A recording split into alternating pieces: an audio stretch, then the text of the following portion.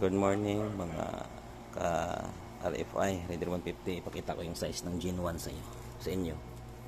Yung size niya 1.4. Ito yung Gen 1. Malaman mo talaga pag ito yung original. Kaya may tatak na Suzuki.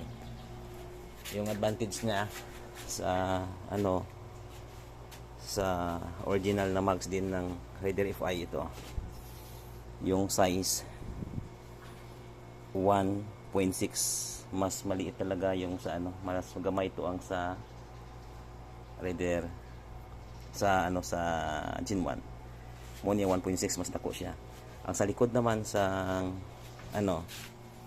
kaning sa Gen 1, ito ang size 1.8.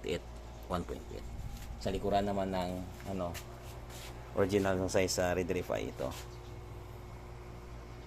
same size lang, 1.8. ito ang advantage lang, ang lightweight lang itong sa harap kasi 1.4 gaan, manipis, mas magaan, mas maganda yung hatak. Tapos dito naman same size lang pero mas magaan ito, yung Gen 1, mas maganda yung hatak. Pero sa compare ko naman sa takbo, mas maganda lang ito yung Gen 1 sa short distance. Pag sa long distance naman, yung takbo ng stock mags ng Raider FI at saka Gen 1 same lang, walang pinagbago yung takbo.